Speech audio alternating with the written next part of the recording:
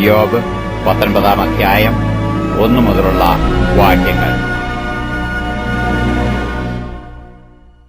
അതിന് ഇയ്യോബ് ഉത്തരം പറഞ്ഞതെന്തെന്നാൽ, നിങ്ങൾ എത്രത്തോളം എന്റെ മനസ്സ് വ്യസനിപ്പിക്കുകയും മൊഴികളാൽ എന്നെ തകർക്കുകയും ചെയ്യും.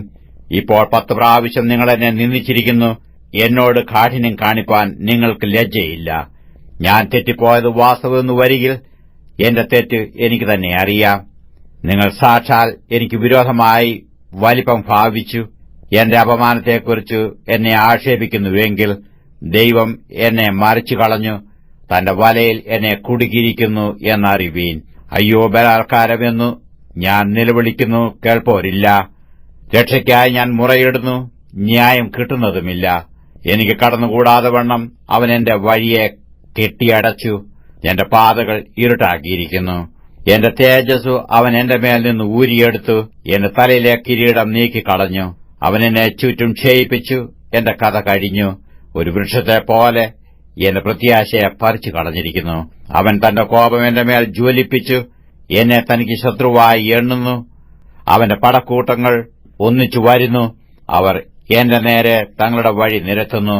എന്റെ കൂടാരത്തിന് ചുറ്റും പാളയമിറങ്ങുന്നു. അവർ എന്റെ സഹോദരന്മാരെ എന്നോട് അകറ്റിക്കളഞ്ഞു. എന്റെ പരിചയക്കാർ എനിക്ക് അന്യരായി തീർന്നു. എന്റെ ബന്ധുജനം ഒഴിഞ്ഞുമാറി, എന്റെ ഉറ്റ സ്നേഹിതന്മാർ എന്നെ മറന്നുകളഞ്ഞു.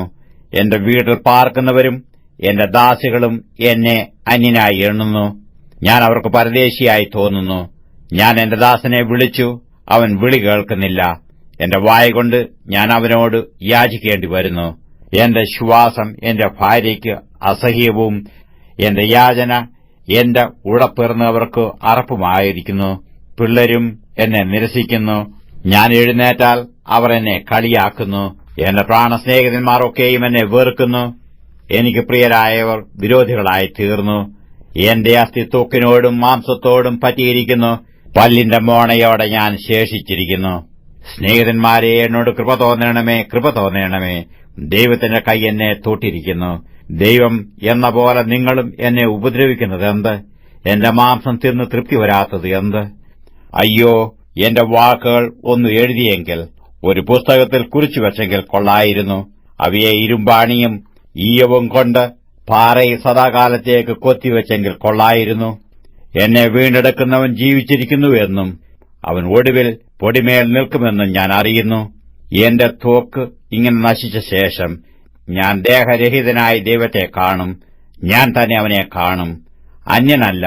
എന്റെ സ്വന്തം കണ്ണ് അവനെ കാണും. എന്റെ അന്തരംഗം എന്റെ ഉള്ളിൽ ക്ഷയിച്ചിരിക്കുന്നു. നാം എങ്ങനെ അവനെ ഉപദ്രവിക്കുമെന്നും കാര്യത്തിന്റെ മൂലം എന്നിൽ കാണുന്നുവെന്നും നിങ്ങൾ പറയുന്നുവെങ്കിൽ, വാളിനെ പേടിപ്പീൻ. ക്രോധം വാളിന്റെ ശിക്ഷയ്ക്ക് ഹേതു, ഒരു ന്യായവിധി ഉണ്ടെന്നറിഞ്ഞുകൊള്ളുവീൻ.